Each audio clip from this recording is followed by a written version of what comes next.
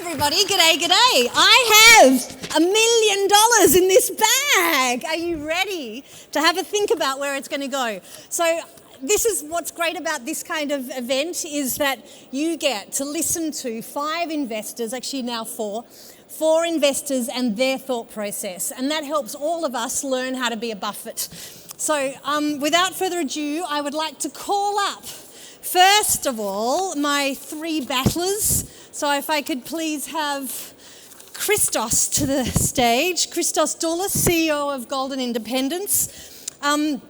He is an ex-Queen's University economics student, and he's now here to talk about his company. Can I have you, have we got enough seats? Yeah, we should have enough seats. So can I now call upon David Stein, who is President and CEO of Cooler Silver. Interestingly, David is also ex-Queen's University in geology and engineering. And finally, my other battler, could I please call up Cole Evans, who is CEO of Enduro Metals. He's actually University of BC and a geologist. Thank you for joining us on stage.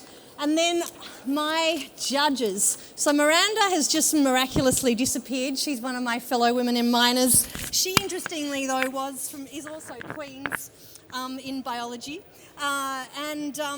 I have instead, can I call up, where are we as we're running through? So Angelos Damaskos, who is CEO of Sector Investment Managers, as our first judge. He is mechanical engineering Glasgow and MBA from Sheffield. And I'm focusing on education because it's kind of cool to see how everyone started. Did they start in the industry or did they start from a very different brain?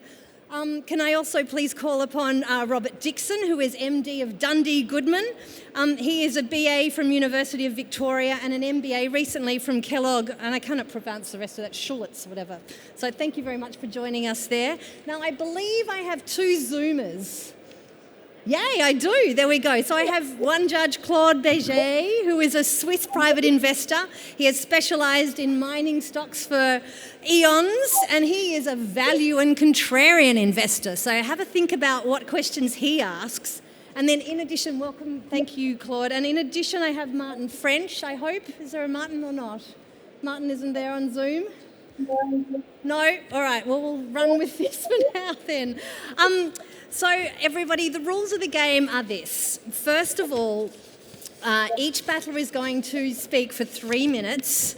They're going to deliver a rapid-fire, on-point pitch, really focusing in on the key investable things that they want us to focus on. So listen to those, but then listen to the judges. So the judges will then ask questions across 6 to 7 minutes.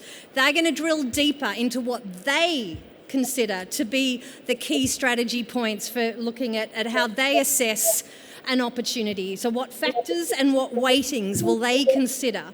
And then finally, each of our investors will deliver their final opinion on where $1 million will go. There are no time horizons to this. It has to be the most investable project that they consider and the reasons they will give as to why. We all learn from that, which is very exciting. Now, my bag of goodies, my $1 million, is courtesy of Robert at the far end. So I do thank him for the $1 million. Dundee is kindly sponsoring. All right, so could I please invite Christos to the room? Thank you so much. There will be a presentation or something showing up in just a sec? Or do I just leap right into it?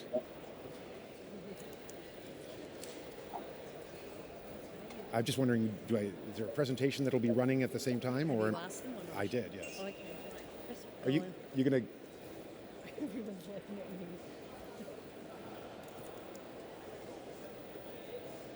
Look, I don't need a presentation, to be honest, because it's such a compelling story, okay? So I'm just going to leap into it, and we'll see whether the presentation comes up, and I see that my time is running anyway, so I better leap into it. Golden Independence is a pretty new company. We are focused in Nevada on one asset, the Independence Project. We signed an option agreement on this project in August of 2020. We are just now completing our earn-in. There were 2 big components to our earn-in. One was $3 million into the ground, of which we're at $2.8 million US as of November 1st. first, and we had $1.6 million in the kitty at that time, so we're certainly financed to deliver on that.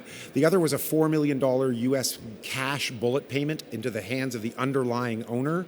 That was a bit terrifying for me when I took the reins of the company in December of last year. We were a 10 million market cap and we had a 4 million US obligation cash coming. So I managed to renegotiate that in January to 1.7 million cash and 4.9 million shares of the company. So what I'm telling you is out of our 7 million of liabilities to get to our initial earn-in on this project, we are only $200,000 away. So certainly we're almost there. What is the project? The project is it's a patch of land completely surrounded by land held by NGM, which is the joint venture between Barrick and Newmont in Nevada. It is adjacent, or not quite adjacent, it's about a mile to the west of the operating Phoenix mine. The Phoenix mine is mining the remnants of the Fortitude skarn that was mined out by Battle Mountain Gold in the 80s and 90s. Phoenix is the ugly duckling of the NGM operation. It has a 0.6 grams gold head grade with a 0.2% copper credit. Our property, which as I said, is about a mile to the west of the Phoenix mine, hosts a skarn that is similar to the Fortitude skarn that was mined out previously, in addition to a near-surface heap leach opportunity. For the first year of our life, we've been focused on completing the earn-in and delivering a PEA on the heap leach. Both of those things are coming before the end of this year. Once we complete the earn-in, we'll also form the formal joint venture with our partner, the private company that has the project now. And formation of the joint venture is critical for us because that allows any other market participants to have a better view as to what it takes to get involved with us in terms of how our relationship financially is with our private partner. The heap leach, as I said, has been the focus for the last year as we've earned in on this project. But to be clear, the heap leach is not a world-class asset. It will be a small moneymaker. And as I said, we'll be coming out with a PEA on that in the near future. For me, the heap leach represents a potential fallback position for the company. If nobody wants to dance with us, we're going to build a heap leach mine here. But the real key is that the skarn, 800,000 ounces at 6.5 grams that we have underneath the heap leach, we believe it has the potential to get up to 2 times bigger on our property. That's up to 1.5 million ounces kind of range. And we know that the skarn extends off of our property onto NGM ground. There are 5 holes in it.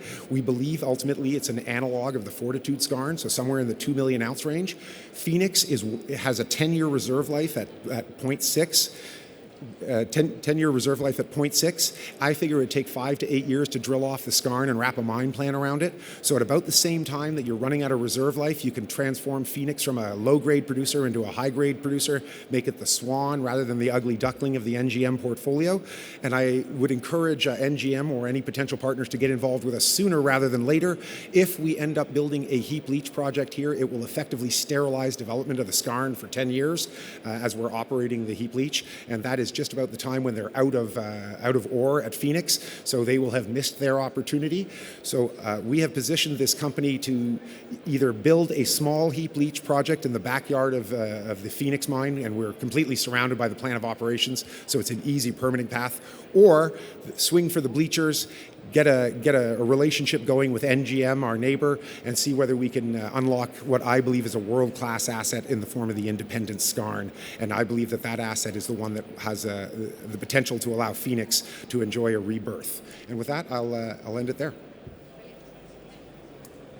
Righto, thank you. Can you hear me? Hi, everybody. Thank you very much, Christos. Now, let's go over to the judges. I'm actually wondering if we might go over to Claude first, given he's online. Claude, you're sitting above the other judges. Feel very supreme in your seat over the top of them. Would you like to ask the first question of Christos? What's the thing that you would like to know most? Yes, look, it's always nice when you're dealing with a junior company to know, what is your, to have an idea of what your PEA could be worth or what type of production or cash flow you can get from there so that you don't need to dilute to death like we've all experienced in this business. Sure. So we tabled our maiden 43-101 resource for the project in May. That outlined 684,000 ounces of near-surface material as well as 9 million ounces of silver. We're wrapping a PEA around that right now. Look, that resource is going to get basically cut in half because of metallurgy. So what we're looking at is around 35,000 ounces a year of gold production for about 6 or 7 years. It's probably in the neighborhood of 50 million US to build, and it probably has a net present value of somewhere in the neighborhood of 50 million US as well. So certainly a decent little moneymaker, but by no stretch of the imagination's a giant world-class asset. Angelos, would you like to ask the next question? Yes, thank you, Christos. It sounds as if there are two pathways to your development. I don't know if it's the mic, but when will you be certain? When will you take decision which path to follow? Are you going to start the heap leach operation and generate cash flow? Are you concentrating mostly on the skarn deposit? So the challenge that we face to date is that we are completing our earn-in and have yet to form the formal joint venture with our private partner, because there are in fact two paths to take. I would like to take the path of going for the skarn because I think it's where the real value is. However, these are $150,000 drill holes to go into the skarn, and they get you no closer to cash flow. So I need to form that joint venture and then find a strategic partner if I want to follow the skarn development path, which is the big value path. If nobody wants to dance with us on the skarn, we'll build a heap leach. And how much would it cost to build a heap leach, to start the heap leach operation? I suspect the heap leach would be around, as I said earlier, about 50 million US capex and probably about 50 million US NPV. Right. Thank you. Robert, what would you like to? Can you speak to the capital structure, who your major shareholders are, and how much does management own of the company? Sure. So we have 62 million shares out. I personally own 800,000. Insiders all told own just about 2.8 million, I think. Look, we're a fairly new company. We were a shell a year and a half ago. So the truth is, and we're still a little early for institutions, given that we haven't actually completed our earn-in. We do have two small institutions that came in our April financing. They own 5.8% of the company. So between institutions, the underlying original property owner who owns 4.9 million shares of the company, and insiders, I would say we probably have all told about 12 of the 62 accounted for. We know where about 40 of the 62 are. This was a shell originally with 15 million shares out before the option was inked. So there are certainly some legacy shareholders that we really don't have a great handle on. My goal in 2022 is to not only complete the earn-in and table the joint venture and all that, but I'd like to seek a different category of investor. I think that we will be ready for real gold institutional investment in 2022. Who were the two institutions you mentioned that came in, just out of curiosity? I'm not at liberty to mention their specific names, but I'll tell you they're smaller generalist funds. Oh, right, but they are institutions. Absolutely. Right. Okay. Claude, any other question? So what are the next steps for 2022? So as I said, I mean, this is really, in the next 4 weeks, we have all of this news coming, the joint venture, the earn-in, all of that stuff. So 2022 is a little bit cloudy until all of these pieces come together. My preference, as I said, is to go after the skarn. That would involve a US $1.5 million of spend, and I'd like to get that from my neighbor. So the next kind of 2 months will be very busy for us because we're not, as I said, we're delivering the joint venture, and once we have the joint venture in hand, I may in fact try and consolidate my private partner into the public company. So there's quite a few moving pieces over the next little while. But really what it comes down to is I'm either going to have a strategic investment from a significant mining company to help me unlock the skarn, or we're going to push forward the heap leach in 2022. We'll make that decision in Q1. If we can find that investor, it's the skarn, and if we can't, then it's the heap leach. What's the current cash position? Sorry, I may have missed that. 1.6 million Canadian as at November 1st. Right. And the G&A burn, what sort of burn rate? So our G&A is about 50 to 60 a month, and that's my caviar lunches as well as listing fees and all that kind of stuff. Right. Did you say 600? 60. 60, sorry. Do we want to know more about the skarn? Is it just, it's oxide or sulfide?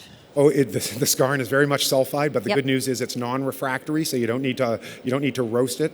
It's 6.5 gram, 800,000 ounces, which to be blunt, is just not quite big enough yet, but it's a great start. Look, the reality is in my mind, Phoenix can become a 250 to 300,000 ounce producer off of this skarn, but you need 6 or 7 years mine life. So the goal is, let's show that this thing is an analog of Fortitude. The Fortitude skarn was 2.3 million ounces, so that's the kind of order of magnitude that we're hoping to delineate from the skarn. Thank you.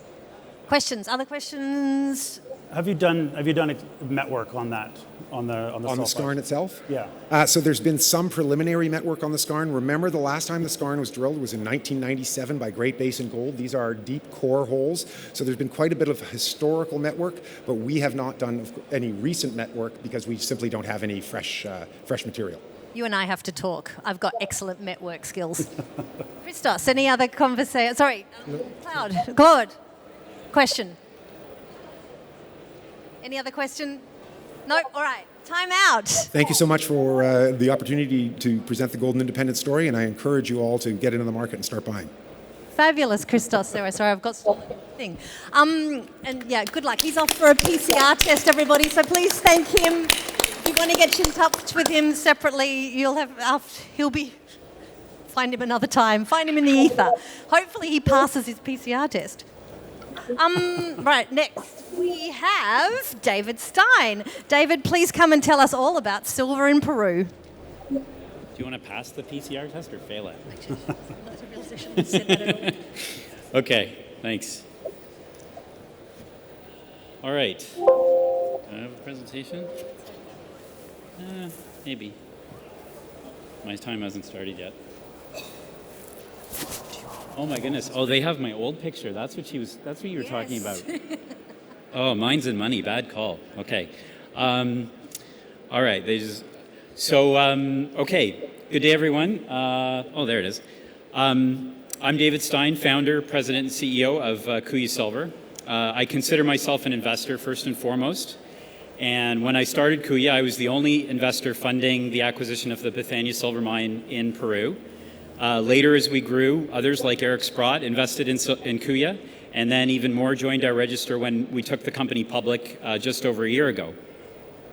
I'm heavily invested in Kuya Silver today, and I'm going to explain to you why I think I expect the stock to be at least a 10-bagger over the next few years. We all know that in order to make big money in the mining sector, you need to get the macro right, rising metal prices, improving sentiment, etc. If you're here today, you're probably comfortable with that, so we're going to take that off the table. However, in the next few minutes, I'm going to explain why I think Kuya Silver's not only one of the best silver mining stocks to own, but one of the best mining stocks, period. All right, let's just show you something here. Okay, so if you want to make potential 10-baggers in mining, you first need to find comparables that are 10 to 20 times bigger in market cap, at least. Why? Because we want to see that the market will pay a higher value for a similar asset, even if it's more advanced or has had more exploration completed. If you can't find a larger comparable, then you're basically gambling because you have no idea what the upside value is. In Kuya's case, emerging silver producers with good exploration and growth trade at big valuations. Aya and GoGold are two good examples. Both are valued at around $1 billion Canadian, more than 20 times Kuya's current market cap. Both Aya and GoGold have similar silver production, similar to what Kuya will have once Bethania is in production later next year. Well, production is great and very important. Just having production isn't enough to garner those premium valuations. The secret sauce for high valuations is growth. Growth in both resources and production at the same time. Both Aya and GoGold capture investors' imaginations with growing resources through exploration and growing production. An expansion in Aya's case and a new mine for GoGold. Kuya's assets and strategy are very similar. Just a year or two earlier, Kuya is fast-tracking the restart of the Bethania mine in Peru, while at the same time growing our resource base through exploration. So, patient investors could be richly rewarded by buying or by owning Kuya at the right time. Finally, silver miners have one more ace up their sleeve: scarcity. Unlike dozens of gold miners listed, there are very few true silver miners in the world, companies that produce the majority of their revenue from silver. And when silver prices rise, investors flock to this limited group of 10 to 15 companies, and Kuya intends to be part of this elite group, which further adds to our attractiveness. So if you want to make huge returns in 2022, you can gamble on an exploration stock or invest in a growing near-term silver producer, Kuya Silver. Thank you. Brilliant. Well done. Thank you. On time. I like on time. Okay. Again, Claude, what's your first question, please, to David? Well, of course, first of all, people want to be reassured about Peru. There was an election. It was not the best candidate for mining, but he seems to be shifting more towards center-right, and he has made something quite amazing. He has permitted, for the first time in decades, the Bear Creek mine. How is the political situation unraveling now? And then if you can tell us a little about your growth profile in terms of production in the next couple of years. Okay, sure, Claude. Yeah, I knew I'd get the Peru question. So look, my view is that Peru, it's a mining country, and there are hundreds of mines in Peru. So unfortunately, there's a few that are being or have been targeted in the last few months, and those get the headlines. But the reality is most of us are able to operate, and we're not really seeing any significant changes.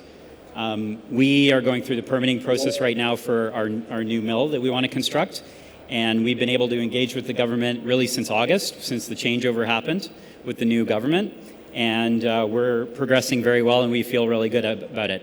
At the end of the day, though, I think really what it comes down to is your relationship with your local community. I think if you have a positive relationship, it's very difficult for the government or any other third party to wedge in between there and cause problems. And we do feel like we've got a very, very good relationship. We've got a small community that covers our whole area, so we don't deal with multiple communities. And they're used to the mine. They worked with us on the EIA that we did in 2020, and we feel really good about that.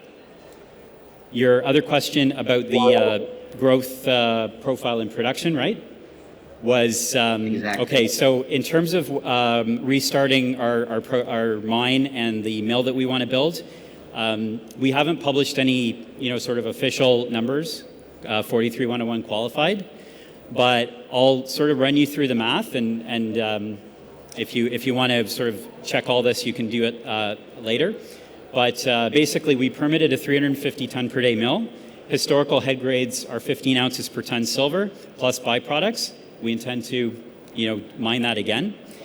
And so if you run relatively conservative numbers on that, you should get a little around 2 million ounces a year of silver, a little under that. That would be our production profile that we'd start with. And then with the exploration we're doing, we should be able to justify an expansion to that almost immediately once we're in production. And we'll start working on the expansion once we get into production with the phase one. Robert, what about your thoughts? Did you originally, just coming in a little cold on this one, but Sure. I recall it was you originally did a deal with a family to acquire the asset. Right. Are they an ally in your cause when you're talking to the government? I guess is question number one. And two, are they fully on board, and do they have an influence in the local community? I guess is my roundabout question. Yeah, that's very astute questions. So what ended up happening is we originally had an earn-in with the family to buy 80%, and then after we took the company public, we ended up buying them out completely. Right. So we own 100% of the mine. However, one of the two family members became our second largest shareholder after myself because she took actually stock in the company. So her name's Erica Soria. She's still very active in the project with us, but now more she has her own mining services consulting company. She is an ally. She's plugged in, not with the central government in Lima, but locally, very, very plugged in, and it's been very helpful as we've been permitting, some of the smaller stuff with the local government, and the community as well. So very, very helpful. What do you, just a follow-up question, just on in a production scenario, what would be your margin roughly? I mean, I know it's not in production. Yeah, no, so ballpark, when this mine was in production, last full year of production was in 2015. Their AISC at the time would have been about $16. So we think with having our own mill, we can knock a few dollars off that. So $23 silver, we should have $10 per ounce margin at least. 30% sounds all right. Angelos, any thoughts? Yes, first of all, I should disclose that my company is a shareholder in Kuya Silver via Gold and Silver Miners Fund. You're disqualified. So I know the story intimately, but I just wanted to highlight and ask the question, what are the remaining permits that are you expecting in order to move to production? And have you seen any change in attitude by the local authorities in terms of permitting? And a second question is, what is the sort of quantum of capital expenditure requirement that you foresee until you get to production? Sure. In terms of the permit, look, I'd say the main one that's going to bottleneck us if we don't get it is our construction license. But we are actively engaged on that. We feel really good about that. Like we're almost there. So stay tuned. Once we get the construction license, that allows us to start building the mill. All the other permits and modifications we need, we can sort of do as we're building. So that's really the main one that could slow us down if we don't get it in the next couple months. Have you seen any change in attitude of the authorities as a result of the new government coming in? We really have not. Okay. No. Look, their permitting system is very prescribed in Peru. If you tick all the boxes on the checklist, at the end of the day, you should get the permit. Right. Just very quickly, because I know we're out of time. Major shareholders and cash position currently, and also how much is it going to cost to do, to put into production, basically. Right. Okay. I'll go backwards. CapEx, again, no official numbers on this, but we think it'll be in the order of $15 million US, 15. Right. Small plant, 350 tons per day. There's already mining infrastructure there, so we're able to benefit from that. Cash position end of Q3 was $4 million. And major shareholders are myself. We've got two Peruvian families that helped us start up the company. Collectively own about 10 to 11%. Myself, I own 20. And then our next largest shareholder would probably be Eric Sprott. And then we have a few funds that have come in subsequent financings. What's your women in mining hire going to look like? Sorry? What is your women in mining hire going to look like? What are you aiming for? As many as possible. Good start. And I would like to see you with a target by 2025. Look, I think I think we can get, ultimately you want to get towards 50%, right? Right answer. We're always on the lookout. We've hired people in the last year. We've got our one of our senior lawyers in Peru we just hired this year's a really good woman, Angela Vargas is her name. So we're getting there, but we're also a very small company right now. We probably only have 20 employees. 10 of them are not women yet, but we'll see what happens. Given that Peru is an excellent mining district with lots of women, and there's a Women in Mining Peru, we look forward to seeing lots of I follow them on miners. LinkedIn, actually, yes. They're quite active. Yes, they are very active. Yeah. Great, okay. Thank you very much, David. Everyone, thank you. Yay, all right. Finally, we have Cole, who's going to tell us all about Enduro metals. Perfect. Yeah, Thank over to you. you. 3 minutes. Everyone hear me okay? 3 minutes. Perfect. Whether or not do we have a presentation for this? Will it? Oh, perfect. Look at that. Okay. Well, started with that. So my name's Cole Evans. I'm the CEO of Enduro Metals. Hopefully you guys can hear me okay. My background's I'm a geologist by background, so my mind works a little funny than most. But Enduro Metals, we're a junior landholder, or explorer right in the center of the Golden Triangle. For those of you who aren't familiar with this area, this is northwestern British Columbia. It's arguably one of the most prolific and active mining and exploration districts in the world today. There's been about $4.5 billion in the last 2 years of acquisitions or pending CAS acquisitions of projects and companies in the area, as well as over $4 billion in, that's in Canadian dollars, in infrastructure upgrades in the area over the last decade. Critical jurisdiction with respect to mining and exploration, and what will be a pillar for not only British Columbia but all of Canada with mining through the 21st century. We're the single largest landholder, still as junior landholder in the area, 654 square kilometers, that area in the red. We're focused predominantly on copper, gold, porphyry. Well, that's what we just announced as of 6 weeks ago, copper, gold, porphyry mineralization, as well as some epithermal high-grade skarn gold mineralization. I first got into this project, a little bit more on my background, was our COO and I started an exploration services company from bootstraps about 7 years ago. We had a $60,000 business loan and have managed to do nearly $40 million in exploration services business focused in BC and in Western Canada in general, and decided at some point in time that it's more fun while it's fun to go explore for others, it's a lot more fun to do it for yourself. And that's partly how Enduro Metals came about. I'm the largest shareholder of the company. I've invested about $2.5 million in cash. Our second largest shareholder matches that is Rob McEwen, also invested about $2.5 million in cash.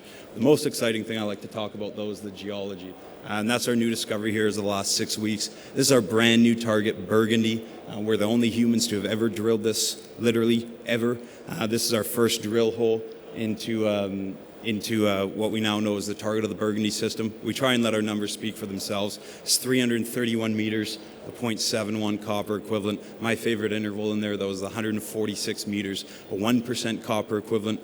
What we're hyper-focused on, again, we think is very important to be targeting these alkalic porphyry systems, as we call it. That's about the 1-to-1 copper-gold ratio. If you look at the projects that have moved forward in the Golden Triangle in the recent years and what the majors are buying into, it's these copper-gold projects as opposed to, say, a gold only or others. While we're still early exploration days, why we like to target that, say, 0.7 to 1% copper EQ material is, one could reasonably assume is amenable to underground block caving mining methods. I think that's another really important aspect when you're working in northwestern British Columbia. As we look at how the mining is transitioning and will continue to transition through the 21st century, we need projects that have lighter environmental impact with respect to physical footprint, the amount of water we're using, tailings facilities, all these sorts of things, and being able to target material in porphyry systems that are amenable to these underground mining methods is really critical for an area that, as I always say, it's by no means Kansas. You're definitely in the mountains of northwestern BC, but being a BC boy born and raised, it's something that you get used to. So that's our big thing. There's more on this to come. This is just our first drill hole from this area in 2021. Unfortunately, we're a little hemmed in with I'm already through my time with the wait time on labs this year. We also have another portion of this project about 7 kilometers away was a historic resource from the 80s. That's the historic drilling that was done here. Small, 250,000 ounces at about 5 grams. That was all within 80 meters of surface, done at $475 an ounce. We've had some really good drilling there just over in the last year, including about 200 meters away from that historic resource. We drilled 8.85 meters of 32.5 grams per ton gold and just over 1% copper with that as well. So there's going to be more results following up on that drilling from our 2020 work we've done, hopefully in the weeks to come. With that, I'll cut it short. Thanks, Cole, very much. I like the idea of Burgundy. It suggests very long term. So let's hope on that one. That's what we're long term. It is interesting you're having lab issues. We're all having lab issues. Frustrating. Robert, I'm going to go to you first because you at BC, you're a Canadian, so you know probably more about the Golden Triangle than any of us on the stage. What's the question? One would think, one would hope. Actually, just accessibility, is it year-round? Is it seasonal? My instinct when I look at that is expensive drilling, probably helicopter supported maybe? Or? Yeah, so all good questions. So where we're at right now, just over the last few years, there's road access now touching both to the north and south end of our property. And actually there's an intake to a hydroelectric power facility literally within 200 feet of the south end of our property. So road's not physically on, but it's touching on both sides. This year will be the first time we'll have ever done it. We'll have winter trail access into the project itself. So drilling really in the Golden Triangle, even the road access projects still have helicopter support purely from a safety perspective, but we'll be able to now start bringing in all our fuel, bulk materials, drilling equipment, things like that with the winter trails, which in British Columbia, there's no permits needed for it. It's just you're packing snow with snowcats. It's like going up to a ski resort. So we'll be able to bring things in like that. We don't know exactly what that's going to bring our cost per meter down. We're estimating anywhere from 30 to 35%, but hopefully more once we've actually done it. Hey, Angelos, what would you like? And it seems that you plan to start a drilling campaign in the near future. Can you give us an indication of how much it's going to cost for X number of meters to drill? And how would you finance that? Yeah, definitely. So we haven't, of course, because we don't have all the results out yet from 2021, we haven't officially put out what our plans are for 2022. But at a high level, it'd definitely be at least a couple drill rigs focused on the porphyry system. We still think we could be anywhere from 300 to 1,000 meters away from the center of the system. So we really like our numbers, but won't get into the geochemistry. For A through Z reasons, we are still not close to the center of the system. So you're going to be, anywhere from 12 to 15,000 meters on that, and then we'd have a third drill rig, an RC rig that's converting our historic resource area where we've been doing the exploration into current 43-101 standards. So we want to take that to a PEA level and either look at selling it or having a joint venture partner take it over and mine it, because of course it's in the network where you're seeing SNP. SK and that whole southern area starting to go into production. So that would be roughly where we'd be at for 2022 for drilling. It's RC is going to be cheaper than diamond drilling. It's part of a project to scale, but you can be anywhere from inflation factored in now, say 420 to 400 on a high end $500 Canadian all in cost per meter. Factoring labs, personnel, food, helicopter, all those things. That's for RC or for diamond drilling? That would be for diamond. RC diamond would be drilling. significantly cheaper. Yeah. And what sort of budget would you allocate for next season? Again, we haven't put one out officially, but say approximately $8 million budget for next season. Right. How much cash do you have? Right now we're about 1.5 in cash. We have another million in tax receivables. That would be first one coming in, say, March, April, and then another half of that coming in. And just remind me, what's the drilling season? Drilling season there, so with our winter road, it extends it for us. Mother Nature's ultimately going to decide, but anywhere from, April, May, beginning into October, November. So I'm just jumping in here because of time as well, but so you basically need to raise money, obviously. You need to execute your drill program in the season, and then the results of which will likely be another. What's the timeline on the turnaround on those assays? Yeah, it's tough right now. As I'm sure you know, British Columbia is in a state of emergency, which has affected our ability to get things to the labs that are down in the Lower Mainland, things like that. I would say, 8 weeks to put it simply. That, if anything, that would be a best case scenario, probably 8 to 12 weeks. Yeah. Right. Interesting, yeah. So I know it's certainly been tough in other areas. Claude, what would you like to know to make your contrarian decision? Well, on this question, it would not be contrarian, it would be piggybacking. Rob McEwen is one of the shrewdest investors around. What does he particularly like in your project? What is his dream? What does he think you have? Great question, Claude. Yeah, no, Rob McEwen, getting him involved definitely wasn't easy. But where I think he sees it, it's that there's very few opportunities to find these elephants, as we call them, right? And as I simplify it to people, I by no means say we have it now, but it looks like a duck, it quacks like a duck, and it flies like a duck, and it's in the middle of the swamp with the rest of the ducks. So, I think he might believe it's a duck as well. Nice response. Thanks very much, Cole.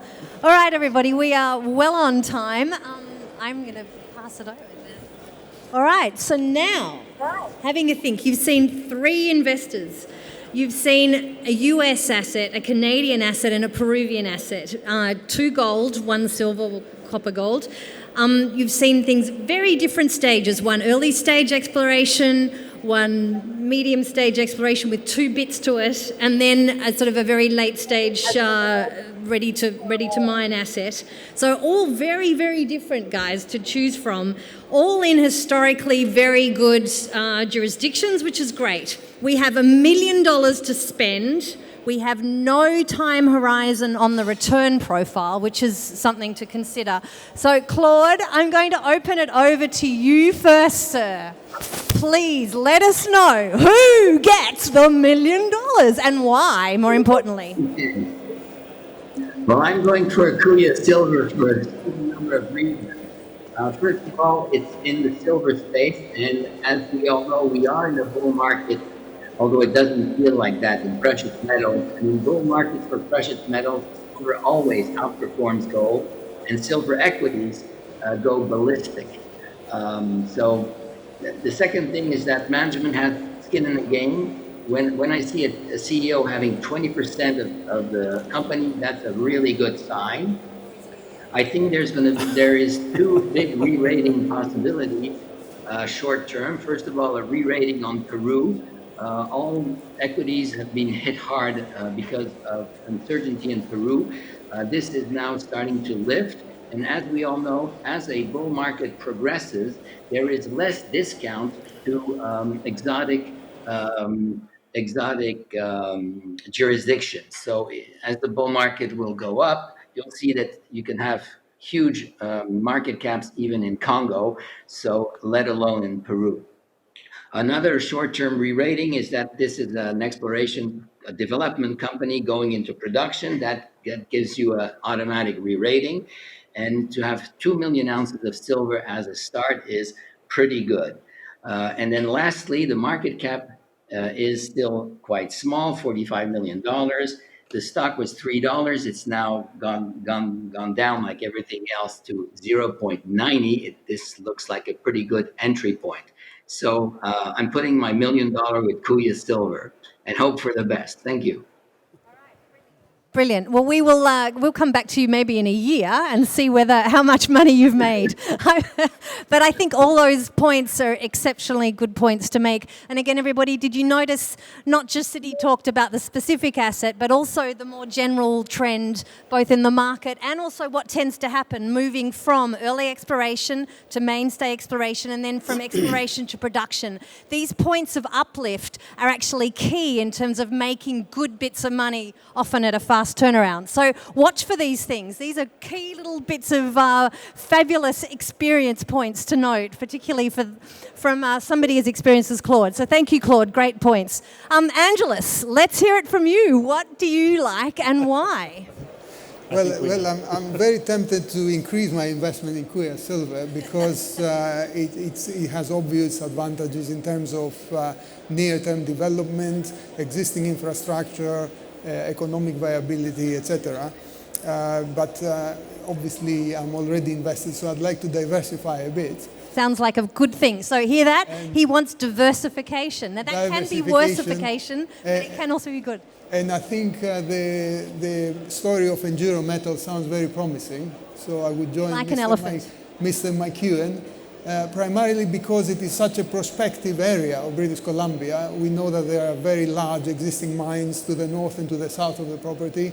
And from what I can gather, the information that the company has unearthed so far looks very promising. And the little drilling that you've done has been very promising as well. So hopefully with a future drilling campaign, you will uncover a lot more value. Thank you, Angelos. So just to note, everybody, again, so he's paid that choice because he doesn't have to have a time horizon. So he can put early stage money in and sit with that $1 million. If you had a time frame, you might choose differently. There we go. Okay, Robert, your thoughts? They've stolen all of my thunder because I have to agree with Kuya silver as well. Okay. That's getting the $1 million from Dundee. All right. I think the other stories have merit. I just think for us it'd be a little bit early. Yep. A little bit seasonal, a little bit expensive in terms of the drilling. you need to raise capital, obviously, and that'll be a different discussion. I mean, the flip side, of course, is it is an elephant country, and if you do hit, I mean, it's a mega success. So it does have that, everything on, 17 black feel if you do hit it, which is good. Which kind of sounds like if drilling's going to start April, May, then the first that's results the other factor, April, May, yeah. June, July. So everybody again, just check what Coal's up to about July next year. Don't forget that date. Stick it 1st of July in the diary and just check out his stock. Because my bet is it might be worth having a quick look. The encouraging part, I will say, is you have had some drill success already. So it's virgin country, but not totally virgin, if that makes sense. And so... But we're a patient investor, but I think you got to be patient to let that one play out. And then what about Golden Independence? Obviously, Christos has had to go, but I think for the audience, he's got a really difficult choice. He's got this scan, but he doesn't know what's really there and the value. And if he builds only now, then he sterilizes it. So what do you think for that?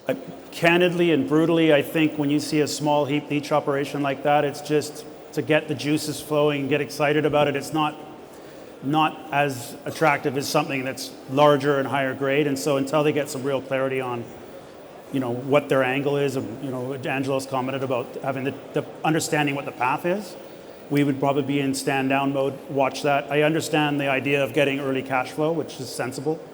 But to if your he's point, going to sterilize, then there's exactly. no point. And I think almost to your point about elephants, or Angelos' point about elephants are a good thing, so shouldn't he really go for the scan rather than try to do something? I mean, the plus points are Nevada, it's good. Yeah. I mean, jurisdiction's good. And, yeah. I think that, he probably, if we were having a conversation, it'd be good for him to have an endorsement from a significant institutional shareholder. It is still pretty retail and early stage at this point as well. Yeah, he said he had a few small fund managers on the decks, right. but he's more. And the points, just to finish the point on Kuya, notwithstanding the concerns on Peru, which I think were addressed, the fact that they have a local partner, the fact that they have, I don't know if she's got a position in the company, but she's a significant investor.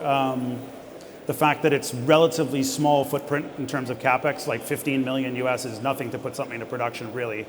And the upside, I think, for those reasons, and the valuation. Also, we happen to be very bullish on gold, and if we're bullish on gold, silver tends to follow, and I think that's the real torque in the year ahead. So for that, the $1 million to Kuya. To Kuya as well. All right, so Kuya wins, everybody. Could we please congratulate David? I've got a very special gift for him, which is a COVID test kit. That came out of my red bag because for some reason Robert forgot the check. That's what it is. And then I've also got a lovely bottle of Moët champagne. I don't know how he gets this home, but that's from Mines and Money. So well done, David, and well done, everybody. Thank you, everybody. And keep an eye out, let's see how we go. And I wish you every success over the next year of investing. Thank you.